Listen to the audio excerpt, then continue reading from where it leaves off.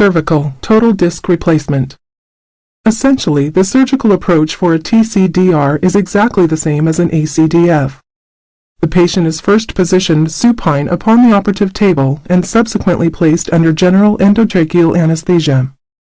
After this, the surgical incision site is marked based upon surgeon preference. This can be a transverse incision in a skin crease, at the proposed level of disc replacement, or a longitudinal incision if a larger operative field is required. The approach is left or right-sided, once again based upon surgeon preference. Optimal positioning of the implant should reproduce the natural lordosis of the disc space to be replaced.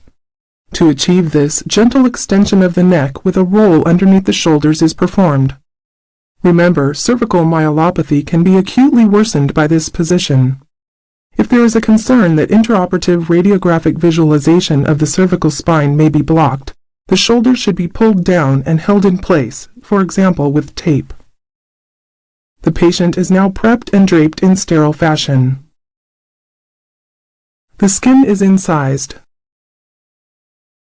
The subcutaneous tissue plane developed to the platysma, and the platysma is then divided in longitudinal fashion.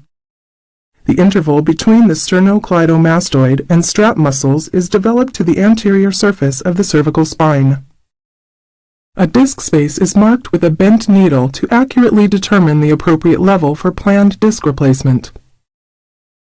Once the appropriate level is identified, blade retractors are placed under the longus colli muscles, and distractor pins are placed into the vertebral bodies above and below the diseased disc.